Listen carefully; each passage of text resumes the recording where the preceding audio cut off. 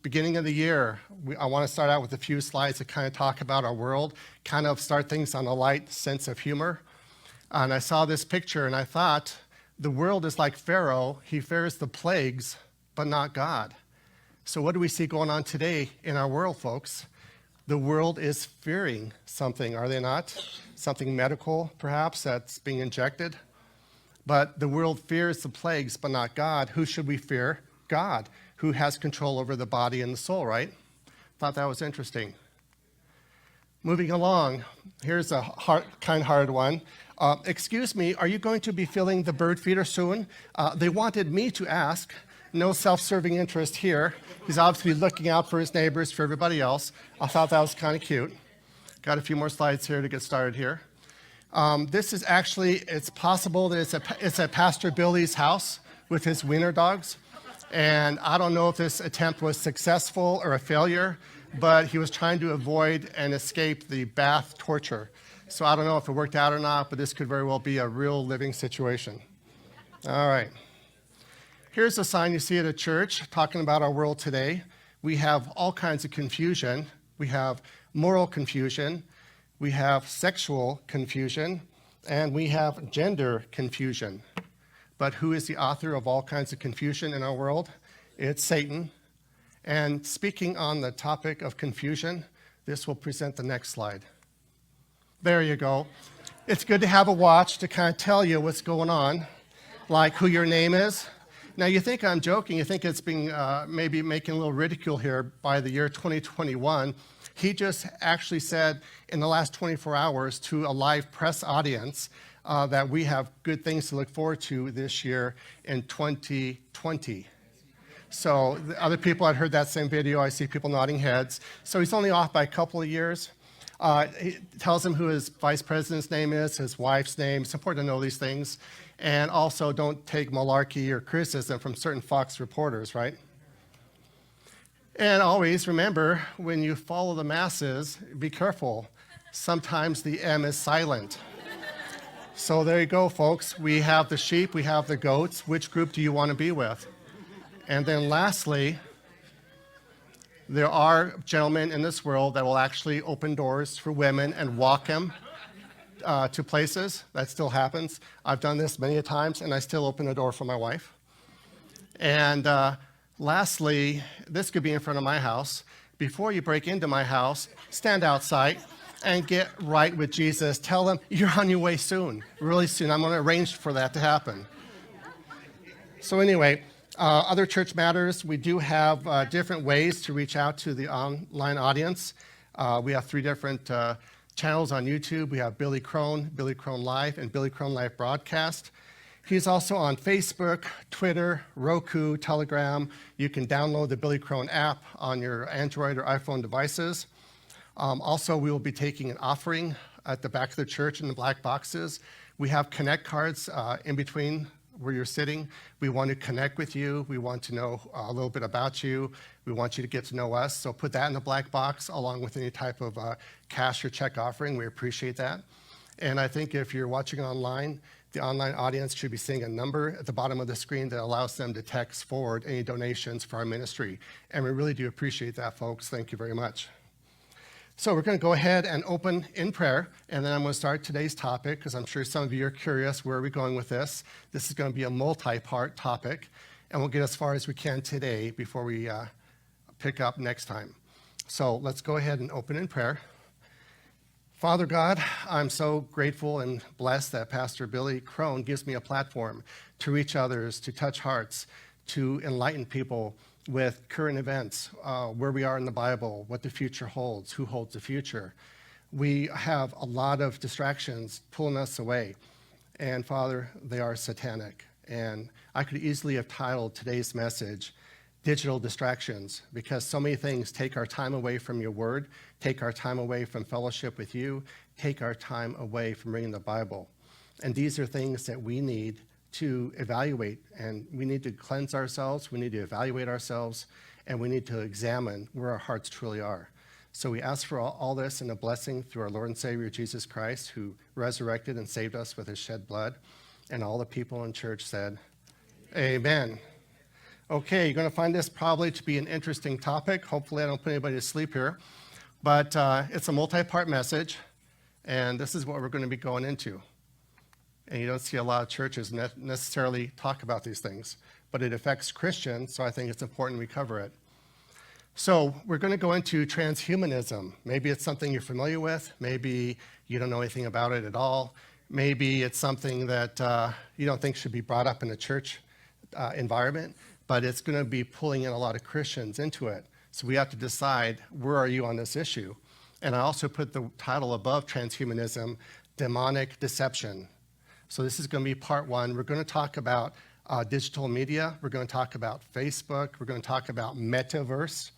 And we're going to start talking about the integration with man, with machine. And we'll be continuing this series. So let's move forward on this. First of all, I don't know about you folks, but when I wake up in the morning, this is the ship that I'm on. I call it the USS Armor of God. It's a spiritual battle that's going on in front of us. And a lot of people, and unfortunately, Christians today do not even recognize or believe that Satan actually exists. 65%. That's right, 65% of Christians do not even believe in a literal demon, devil, Satan. And if you don't believe in one, how can you defeat your enemy when you don't recognize who your enemy is? So you need, as Ephesians 6 tells us, the full armor of God. You need to have that helmet of salvation, the breastplate of righteousness, the shield of faith, the sword of the Spirit, the belt of truth, and the shoes of peace. And these are things that you need to wear piece by piece. It's a reason why we have them, because there are spiritual forces in the darkness that's full in our world. And if you've seen the way our world has changed in the last 2 years, evil is good, good is evil, everything is upside down. Everybody's confused about the basics, about gender and who they are in Christ. Everybody's confused, and there's confusion, and we know who the author is. So unfortunately, a lot of Christians today, because they don't recognize the enemy, they don't believe in the enemy, they're not prepared for the enemy, where do they find themselves? Well, they're on this ship. They're on the cruise ship. And a lot of Christians find themselves over here on the USS, as I call it, self-discovery. They're there waiting for their ice cream cones. They're waiting for the hot tub to play their games. And they don't believe in the spiritual darkness in the world that envelops them. So they're on their own la-ti-da, me, myself, and I topic. And that needs to change. Now here's symbols that are current in our society that tell us who we are, what we're about, and we all recognize these symbols. What do we do with them? How much time do we spend with them? How much time as a Christian should we give these icons? We all know what they represent, and they are our lives today. It's the world we live in. So here's a picture of the Tower of Babel. We all know that story. That is actually, if you think about it, the first time the term social distancing occurred. Because these were the Babylonian world system tried to exemplify themselves, build a tower to reach up to the gods, to God himself. They wanted to be gods themselves. They wanted a better life for themselves. They had technology. They wanted to replace God. And God said, this is going to come to an end. We're not going to let this continue. And I will strike them down with language that they will not understand each other. Kind of like social distancing. They were there close to one another, but yet they could not understand each other. And I don't even like that term, social distancing. It's kind of like a play of words. It doesn't make sense. Social means to interact. It means to be in close proximity. It means to have fellowship, communication.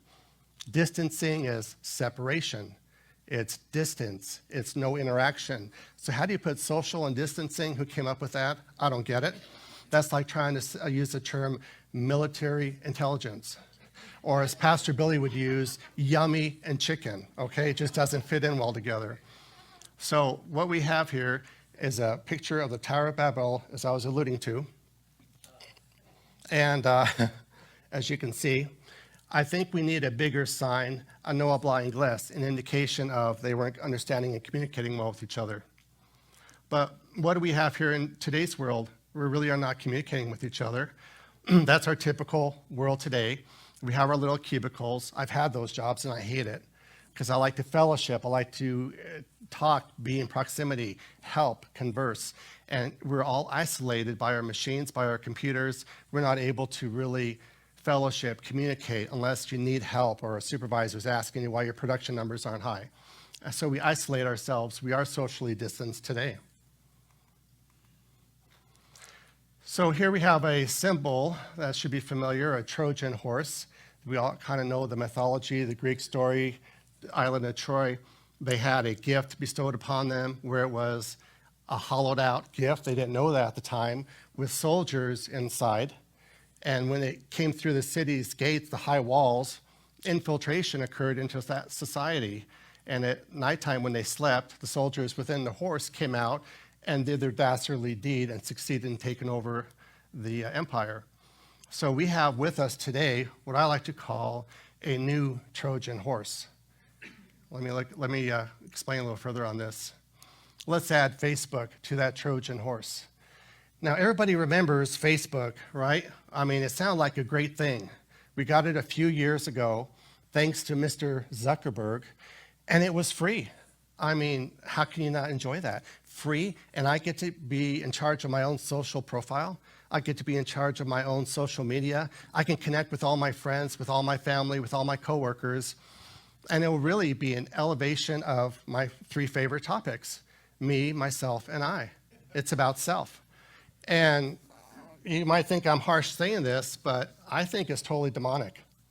And when you first signed up with Facebook, you probably didn't take time to read through all the little legal loopholes and the contents and all the little small letters and paragraphs and phrases, pages and pages you had to scroll through before you finally say accept. When you accepted, because like me, you probably didn't read that stuff, you actually had your own digital ID given to you. And when they gave you a digital ID, that gave them permission that you gave them to then use advertising. They can spy on you, they can track you, they can follow you. They get to basically go wherever you go because you have them on your phone and you have them with you. And you're giving them all of your social media information. Because, we all know people live on Facebook. We see it more with the younger generation. I might age myself here, saying I'm at the end of the baby boomers. But I can put it down quite easily. I can wish somebody a happy birthday, and that's about it for me for Facebook. But a lot of people, it's all about, this is what I did today. This is the movie I'm going to. This is what I had for lunch. See, here's a picture of what I had to eat. Here's my dessert. Here's what I did on the treadmill after I had my big lunch. Here's me on Facebook taking vacations with my kids and all the places we went to and what I'll be doing day by day by day. And it takes them away from God's word, out of fellowship with God, and the emphasis on Facebook is all about the self. And we see that more and more with social media as we move forward. So here's three things that you need to have true happiness in life. And this is what we are being told. We're being sold this bill of goods. And you realize I took time to find the right chair because you want one that has a little holder for your magazines, cup holder, it reclines, head adjust, feet tilt, and a back massager is included. So that's one of the three things that you need to find true happiness in society. Now, you may have to write this down, maybe you can memorize this, but there's two more things coming, and this is what the world is pushing on us. So we got our lazy boy chair, right? What's the other thing that we need? The Internet of Things. We need Wi-Fi, we need internet, we need connection. Oh my gosh, have you had it where somebody in your family complains the internet stopped or it stopped working and you're calling your provider? How much longer? How will I survive? What will I do? When's it going to be fixed? And lastly, this is what you need. And this gets us into our next topic. You need gaming devices, visual devices. Welcome to Metaverse. So you have those three things. You'll be happy, you'll have true happiness, you'll never actually have to leave your house. So there's a picture of a Pandora's box. And this is what digital media, Facebook, and Metaverse, which we're going to go into shortly. I have a clip here I want you to see. It's going to tell you about how it's taken over our world, how popular it is, where they're going with it in the future, and the amount of money that follows this trail. Let's go ahead and watch this video. You've probably seen the news. Just a few weeks ago, Facebook announced that they're changing their company name to Meta because they're planning on building something called the Metaverse. I don't think enough people are talking about this. The Metaverse is going to change my life. It's going to change your life. So we need to understand what it is, why people are excited about it, but then also how it has the potential to end society as we know it. The concept of the Metaverse is this. Throughout history, we have constantly been moving towards more and more engaging mediums. We've gone from text to photo to video. We've gone from reading books and papers to now spending most of our spare time watching TikToks on the internet. And the Metaverse is what comes next. An internet that you're not just looking at through a screen, but that you're actually inside of. Take anything you could think of doing right now. Shopping, chatting with friends, meditating to ASMR videos on YouTube. And now imagine that in the time it takes you to just snap your fingers, you could be doing that thing in a way that feels real, with other people who feel present in a setting that's whatever you want it to be. A living, shared, everlasting, virtual universe. That's Meta's vision of the Metaverse, achieved through a combination of augmented reality and virtual reality, which they've said that they will subsidize the cost of in an effort to get as many people on this planet to be a part of the Metaverse. And in case I wasn't clear, this is pretty damn cool, and there are some undeniable positives. Like, just to get the obvious out of the way, the Metaverse will allow you to live out. You've probably seen the news. Just a few weeks ago, Facebook announced that they're changing their company name to Meta because they're planning on building something called the Metaverse. Sorry about that. I don't think enough people are talking about this. The Metaverse is going to change my life. It's going to change your life. So we need to understand what it is, why people are excited about it, but then also how it has the potential to end society as we know it. The concept of the Metaverse is this. Throughout history, we have constantly been moving towards more and more engaging mediums. We've gone from text to photo to video.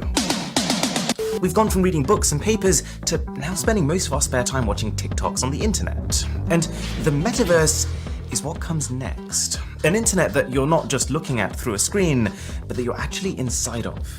Take anything you could think of doing right now. Shopping, chatting with friends, meditating to ASMR videos on YouTube. And now imagine that in the time it takes you to just snap your fingers, you could be doing that thing in a way that feels real, with other people who feel present in a setting that's whatever you want it to be.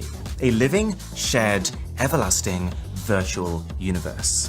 That's Meta's vision of the Metaverse, achieved through a combination of augmented reality and virtual reality, which they've said that they will subsidize the cost of in an effort to get as many people on this planet to be a part of the Metaverse. And in case I wasn't clear, this is pretty damn cool, and there are some undeniable positives. Like, just to get the obvious out of the way, the Metaverse will allow you to live out your fantasies. In one single evening, you could be slaying enemies in hand-to-hand combat. You could be playing a quiet game of chess on the streets of New York and surfboarding across the tropics of the Bahamas. All with incredible realism, but at the same time the reassurance that you yourself are safe at home.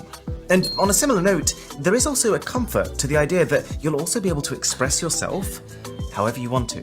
You know how now you have a profile picture for your social media accounts, the image that represents you to other people. Well, in the Metaverse, you won't just have an image, you will have an avatar. A fully three-dimensional living depiction of you, but you in the way that you would want to be. Did you ever wish you were 3 inches taller? Now you can be. Did you ever wish you had a bigger forehead? Now you can have one. You can be any gender you want, you can be any race you want, you could be any creature you want. Yes, Milo, I choose you. And to be very clear, longer term, your avatar is not going to look like these cartoon people. I think they just use them to make it seem a little bit less creepy. The truth is though, Meta is also working on the tech to create completely lifelike avatars, fully rendered with every hair on their head and every pore on their skin. This is not a game, this will feel like real life. And what I'm saying is that this realism, combined with the sheer amount of choices you'll get, will allow you to feel like you're not being constrained by the body that you are physically born into. In real life, you could be someone with a severe disability in a wheelchair, but in the Metaverse, forget walking, you could be able to fly. Each person will have their own home space, you create the aesthetic that you want others to see, and then you can invite people to just appear within it. Wait, what the?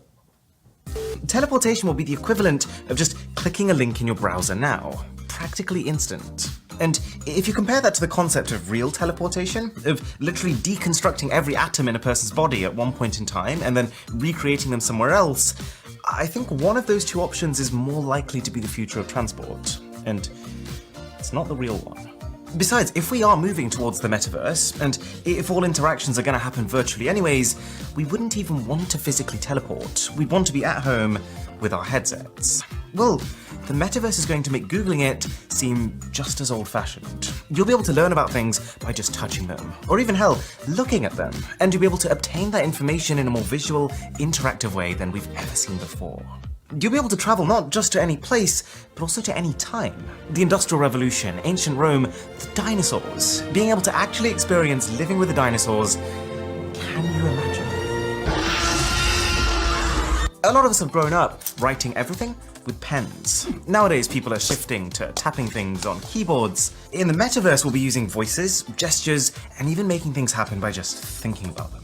I'm not joking, Meta is working now on electromyographic, or EMG, input devices, which can detect and intercept the impulses in your nerves, the signals from when your brain is telling, for example, what your fingers, what they should be doing, and translate those signals to the corresponding actions in a virtual space. Or in other words, you will be able to send a message to someone by just thinking about moving your fingers. You won't even need to physically move them. And this metaverse hardware, it's not as far off as you think. Fun fact, next year, Meta is coming out with a headset, currently being codenamed Project Cambria, which in one fell swoop will apparently solve two of the biggest current barriers to the metaverse. One, that it will be comfortable enough, and the display will be sufficiently close to the resolution of your eyes that you won't feel like you're wearing a headset. And two, it'll be able to track your facial expressions in real time. Which, if pulled off correctly, will mean you'll be able to have conversations with realistic body language in a virtual space. So, these are the obvious benefits from the metaverse. Experiences, expression, teleportation, knowledge, and productivity. But there's also a couple of potentially unexpected ones. Yeah, let's talk about those shortly. So our world today is already phone zombies. We're on our Facebook, we're on our social media. We're trying to take that perfect selfie. We're not aware of that we're almost going to fall off the stage, the side of a mountain, or into some sort of abyss of oblivion. And it's like, folks, how far do we want to go down this rabbit hole? Zuckerberg is not stupid. He knows what makes him money. He knows what the world wants. He knows what the demands are. Metaverse is in its infancy. It's going to be growing exponentially in the next 10 years. And their goal is to make more and more money, more control. And we already have the phone zombies. Can you imagine having these devices? Are you as Christian parents going to allow your kids to be in an alternate reality? How far down the rabbit hole do we want to go on this, folks? And I ask the Christian audience this, online and in front of me. Okay, we're created in the image of God, I believe, but there's always something we don't like about us, and the enemy knows us better than we know ourselves. He knows our weaknesses. He knows what we don't like about ourselves. And don't we have a whole world that wants to change so much about themselves? This alternate form of reality, escapism as I call it, will allow for that to transpire. So let's say, I'm not happy with my gender today. Maybe I want to be different tomorrow. We don't see any of that going on in the world, right? Yeah, unfortunately we do. So now I can be my own gender, whatever I feel like. Maybe I don't want to be a gender. I don't want to be restricted to a male or female. Maybe I want to be, say, an animal. I want to be a hippopotamus. That's my goal. I'm going to be a hippo. Okay, well, I could with my avatar. I can be an animal. I can be a person. Also, I can decide, what if I'm too short and I want to be taller? What if I'm too fat and I want to be skinnier? What if I'm too skinny? I want to be larger. What if I want to be, let's be vain. We have women that are concerned about every wrinkle in their faces, and they have the magazine covers at the supermarket checkout lanes, unrealistic expectations for people when they age. They try to stay youthful. Men get caught up in this too. Look at the world of Botox. Well, now you can have that perfect figure. You can have that perfect face. Plus, you'll have wealth. You'll have success. Nike is putting in a lot of money to the shoes that you will buy with digital currency. You can have that fancy Gucci handbag or those designer name brands of clothes or designer this, designer that. You will have power. You will have control. You will have fame. You'll have attention. You'll be all those things that you aren't in this world. Because what do we have in our current world? Well, I kind of have that job that sucks right now, but it's getting the bills for me paid, right? I don't really like my job. I don't like my supervisor. Everybody else sucks up to him, but I just want to be left alone and do my job. I don't have anybody I can really relate to. My family, well, let's not even go there. That's a bunch of twisted roots. We all have family members we don't like to be a part of. We don't like them over for the holidays, but we deal with them. And then there's that neighborhood or those neighbors I don't like that aren't really fun to be with. I can't really relate to. I'd rather be left alone. Well, now, metaverse, put it on. All those things go away. I control my world. Can you see where this is going, folks, and how much money it's going to bring? Zuckerberg is counting on it. So right now, the virtual reality market has reached $1.1 billion last year. The mobile games industry could be worth $169.7 billion by the end of 2025. There are more than 2.7 billion gamers worldwide today. The global gaming market could be worth $200 billion by the end of 2023. At the end of 2021, which has passed, mobile gamers worldwide will have reached 2.9 billion.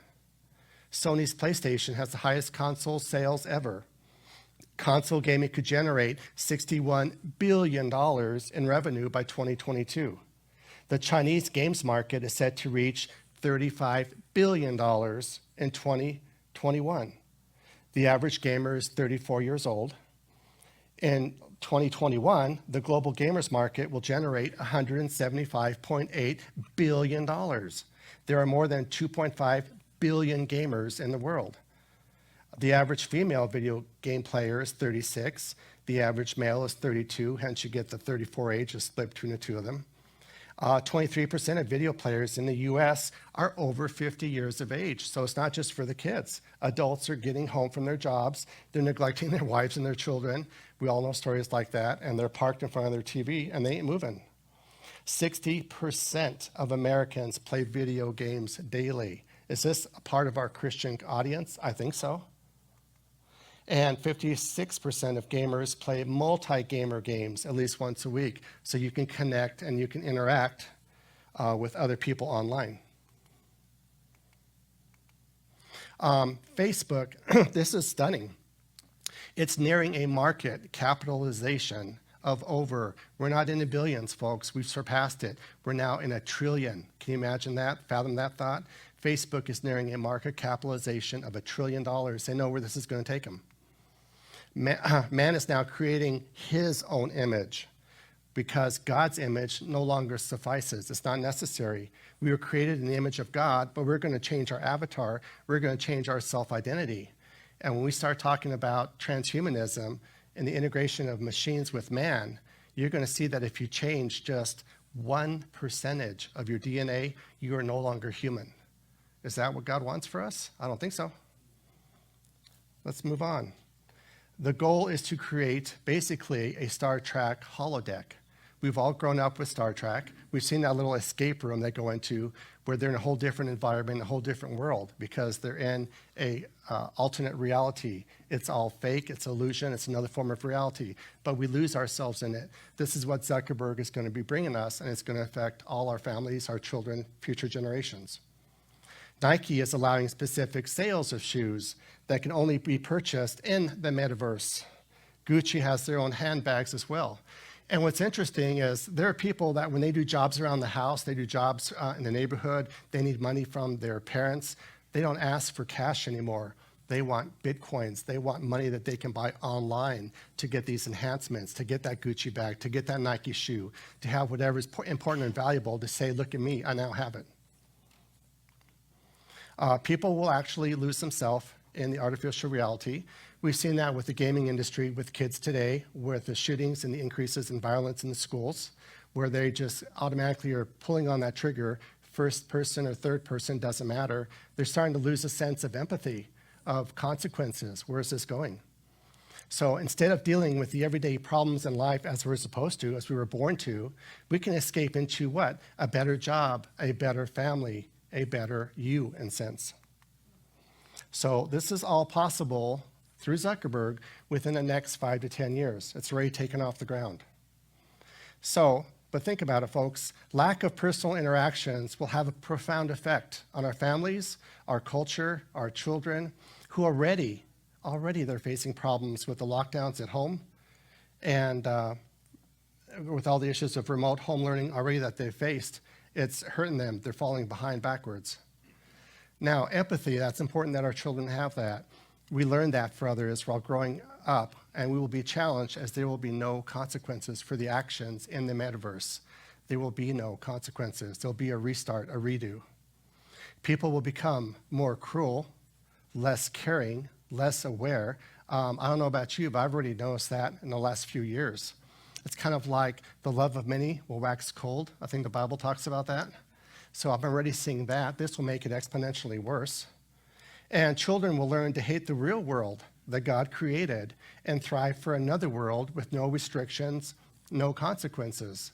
So think about it. You could be a small child confined in a wheelchair, and then you escape into another world where you're not confined. You have no limitations. You have no handicaps. You have no disabilities. You have no restraints that keep you from moving forward with your body. And then when that game ends, or you're done for the day, when that day ends for you, what do you go back to? Yourself. And maybe you don't like yourself. And do we see a rise with suicides, with depression in our world?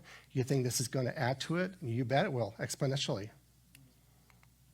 Also, avatars have already been attacked and groped in these illusionary worlds. Crime will occur within that. But it's okay, there's no consequences. You just restart or a resurrection, and you have a new avatar. So remember, Satan told the lie that you will live forever. And he's taken us from our families. He's taken us from the book, the Lord's book. He's taken us from God, from fellowship, from time with him, getting us into these illusionary, false forms of reality that's going to take us absolutely nowhere and away from God. And that's part of Satan's plan. And he's successful. He knows our weaknesses. So later on, a merger with digitalized memories for uploading and transference of consciousness, now we're going to get into transhumanism, into a new reality will be offered. Okay. How much screen time do you allow your children in pursuit of entertainment? As a parent, do you cap it? Do you give them unlimited resources? Do they watch the boob tube all day long and then just throw the metaverse on them and you don't have to worry about them anymore? Is that your goal as a parent? So we ought to have signs like this pretty much everywhere we go in society. Be aware of the phone zombies. You've seen them and I've seen them. And I'm at the intersection and I kind of like cringe, because there's cars not paying attention. We have distracted drivers. We have distracted pedestrians. And guess what happens when car and pedestrian meet? It's not a happy ending, and it happens all too often.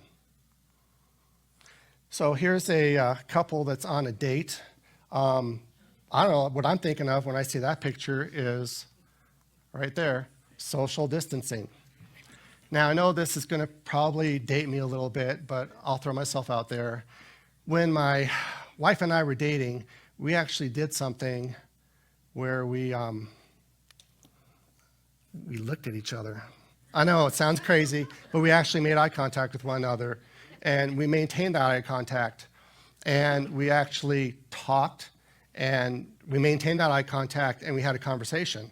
And this wouldn't be funny if it wasn't true. We just went to a restaurant probably about 3 weeks ago, and I had my lovely prime rib dinner, eat cow, as Pastor Billy says. And I was telling her, and you probably observed this too, where there was a father with a daughter and a son. I don't know if his wife had passed away, was at work, or separated, but it was the three of them at that table. And what I thought was sad, and it's all too common in today's world, is nobody, the entire time they were at that table, spoke to each other. Dad was distracted because in the restaurant there's little TVs in the corner of the walls. And the son and daughter did not talk to each other. They had their meal. Daughter left, went to go to the bathroom, came back. They asked for the check, and they left. Not one word was spoken. What happened to our world? We don't want to talk anymore. We just text. So we talked about selfies earlier as I was on the edge of the stage here. But yeah, you got to capture for Facebook and Twitter and Roku and all those other accounts. Got to get that last shot in. And no matter what the peril is you put yourself through, you got to get that out there. Look at our workforce today in corporate America. Even if you're allowed a restroom break, we want performance. We want numbers. We want production met. We have demands met. And there's competition. If you don't keep up with the crowd, you're gone. And I've seen that on cruise ships where people have their laptops and they're typing away working. We're slaves to our world, to our social media. And instead of being a part of the image and experiencing it and being a part of it, we capture somebody else, capturing somebody else, capturing somebody else. No one's having fun, no one's engaged, no one's in the environment, but we just have our pictures and upload it, and that's our free time, our vacation time. It's not meant to be that way. And all too often, we see this in the restaurants. You see it all the time, folks. We're distracted by our digital media. It's nonstop, it's in our face. We don't have conversations with people. We don't even have to talk on the phone, because if we're upset or we're angry or we're happy, we just send them an emoji. That way they know how we're feeling. So let's look at, pay attention to this clip here. Let's look at what the world of social media has done for our society. We convince ourselves technology is helping. The reality is, people don't seem enough for us these days. We condense books into articles, into lists, into GIFs, because who has time to read an actual sentence anymore? We scroll and click and double tap our lives away, wondering where the day goes. We're more anxious than any generation before us, yet we keep downloading another app hoping that it can fix us. We look to the latest trends, check the reviews on Yelp, investigate the hashtags, yet in a world with so much information, we're somehow still missing the wisdom of life. We crave real connection, but we'd rather text about the hard conversations. We desire relationships, but settle for following each other on Twitter. We stare at the pretty pictures on Instagram instead of the person standing right in front of us. We prefer filtered images to reality.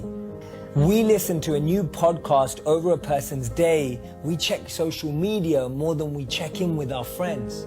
In our constant need for new information, new insights, new everything, we lose the chance to make old memories. We like being busy. We wear it like a badge of honor. We can't focus because we're being pulled in 50 different directions. We can't commit because there always seems to be another option, a better alternative. We have trust issues with the people we've known for years, yet we trust someone's review that we just saw on Amazon. We want to hold hands while still holding onto our phones. We scroll through Twitter while we have lunch with our friends. We think we can keep one foot out the door while still falling for the person sitting in front of us. We always need the latest, the newest, the most up-to-date, and then wonder why relationships don't last. We walk around stores on FaceTime and text during work because life without multitasking feels inefficient. We fill our schedule, we fill our days, we fill our phones thinking that that will cure the emptiness that we feel inside us. We binge another series of that latest Netflix show because someone else's story drowns out the experience of our own. We complain that nothing feels real anymore, but we don't give anything time to become real. We complain nothing has depth, but we don't allow things space to deepen. We're so quick to fill the silence or write someone off completely. We complain nothing feels authentic today as we select a new filter on our selfies. We recharge our devices, but not ourselves. When we're out of time, we just add more to our schedules. We don't know who we want to become because we're too distracted by who everyone else is becoming. How many times has anyone ever said to you, I want your time? Whenever you hear that, know this truth. What people really want is your energy. Imagine if you gave someone an hour of your time, but the whole time you were completely distracted on your phone, versus if you gave someone 10 minutes of your complete energy. I'm sure that any of us would select option 2 because what we're really searching for is energy. What we're really searching for is attention. What we're really looking for is presence. What we're really after is affection. So what we really need to do is give people our energy, not just our time. Take a moment, take time to reflect, take a step back. Who are the people that make you forget to look at your phone? Spend time with them. Starve your distractions, feed your focus. You can't do the big things if you're always distracted by the small ones. Isn't that something? Isn't it so true, so realistic, so our world today? Are we better off with our technology? I would have to say no. We have our own Tower of Babel, and it's piled up with laptops and computers and phones and this and that electronic and that electronic. We're socially distanced. We don't communicate. We're socially inadequate. We're lazy as a society. We don't interact. We don't want to meet people. We don't want to talk to people. We don't want to learn a new name. And we have several questions you have to ask yourself. And I'm going to throw these questions on here. See how many yes answers you have just within yourself as you keep track. Now, realize because of our technology can be good or bad. It depends how it's used. But I believe in these end days, the devil is using it for evil and for corruption. Right now, we have an estimated 1 million people worldwide that are dying by suicide. Globally, suicide ranks among the 3 leading causes of death among those aged. That's a young age span, 15 to 44 years.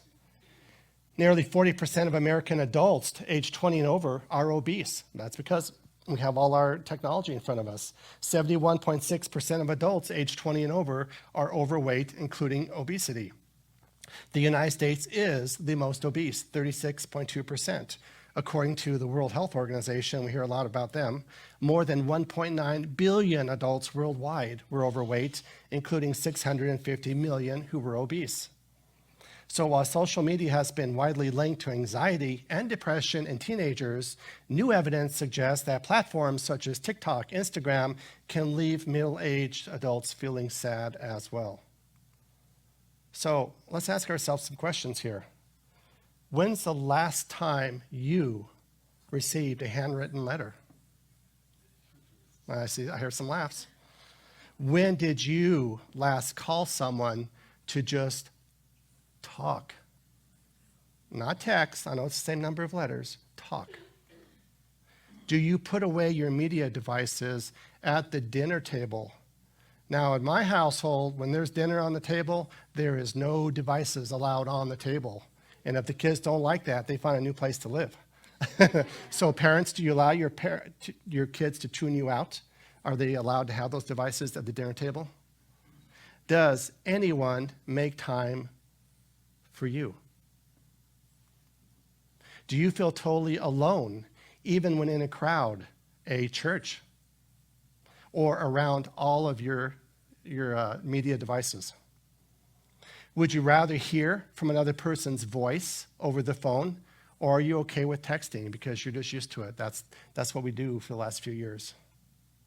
Did anyone in the last 2 days, just 2 days, make you laugh or feel special, wanted, or perhaps more important, needed? Is social distancing the new normal for you? Do you accept it like the frogs in the pot and the water gets warmer and warmer? Do you run errands, walk, run, drive your car with music in your earbuds? Well, if you do, not you have to raise your hand here and fess yourself up. What you're projecting is to other people, don't talk to me, don't bother me. I don't want to be hearing anything about you. I don't care about you. I'm in it for myself. That's what you're projecting to somebody else. Have you learned a new name of someone you met at work, perhaps?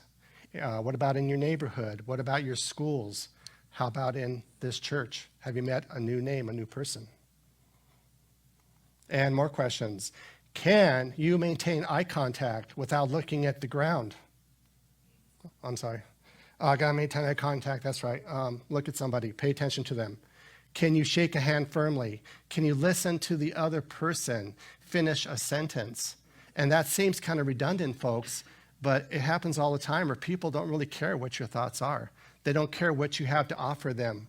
They just want to say what they want to say, and they want to talk about their favorite topic, which you know what that is, themselves. So are you really conversing to engage in monologue, which is talking about yourself, which is a form of narcissism? It's the biggest rule of Satanism. Pastor Billy's teaching about that this past few weeks. Doest as thou wilt, right? It's all about yourself. Or are you having conversation, dialogue to engage with others, to learn from them, to teach them, to help them? So are you basically happiest when you're alone at your PlayStation, when you're in front of the TV, or just listening to some of your favorite music artists? And when you're done at work, do you linger to speak to others? Maybe you want to talk to somebody, meet somebody, help somebody, or do you just take off? At the end of a school day, do you run to the bus stop or to your car? And after church is over, getting warm in here. After church is over, do you run to the parking lot? Oh, you don't think I've seen that? Oh yeah, it goes on. Do your neighbors know anything about you, your name or your interests? Or do we not? What does Jesus tell us about neighbors?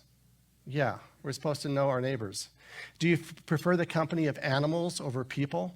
Because people are just so evil and rotten, and I can't relate to them, and they don't understand me, and therefore this, and politically, and the vaccine, and their position on the government, and the world, and religion, and we don't agree on even the rapture, so I'll just spend all my time with my pets. They're going to replace people in my life. That's right.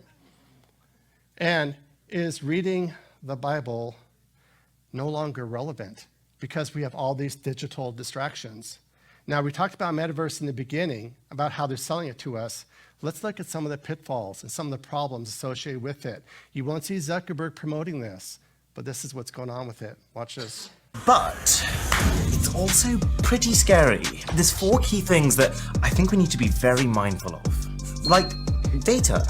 Let's be honest, Facebook has had a pretty rocky relationship with how it's handled user data in the past. And remember, that's from an era where we were still somewhat separate from our digital selves. But in the case where we become our digital selves, where our profiles are not just a few holiday photos that we choose to share, but literally everything we do in this metaverse, we're going to have to put a whole new level of trust into a company that doesn't exactly reveal how they're using this information.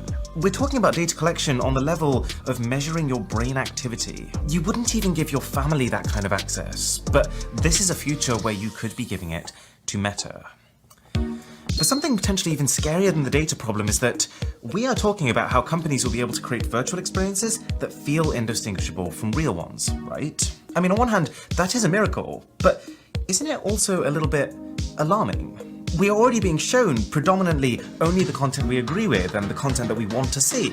But if you take that concept into the realm of the metaverse, we could completely lose touch with what's actually real.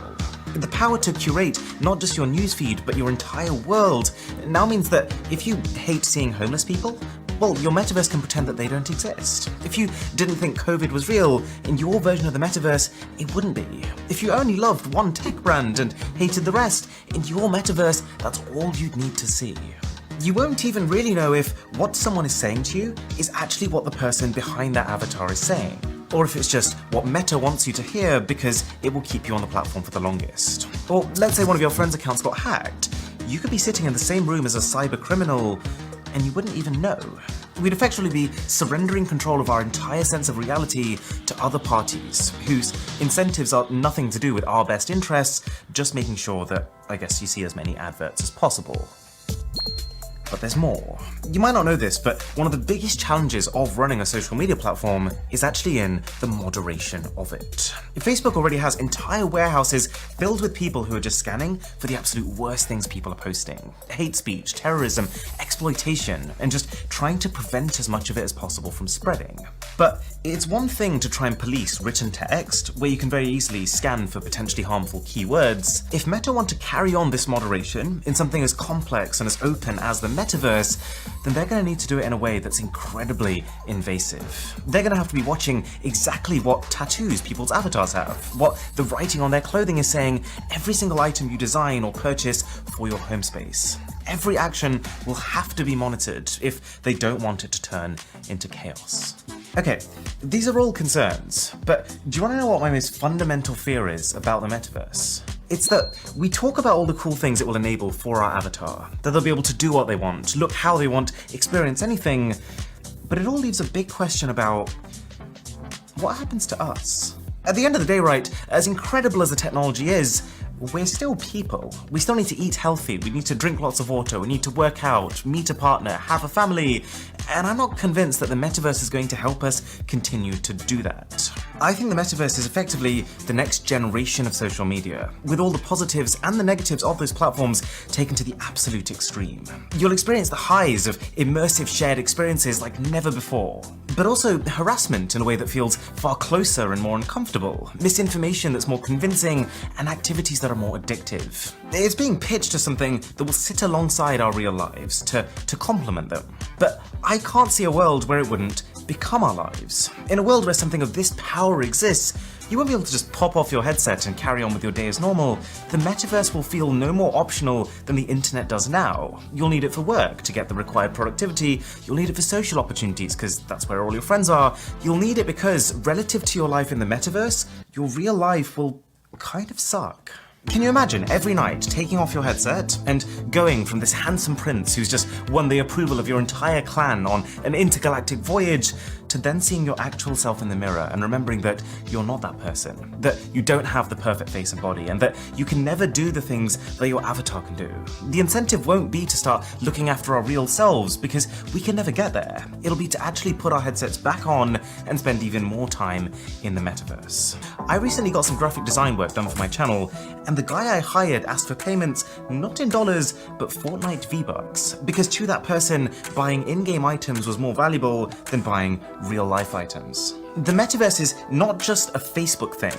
It's the universe that all of these big tech companies together are slowly but surely pouring tens of billion dollars into creating together. Facebook is just the first one to make its part in it official. But let me ask you a question.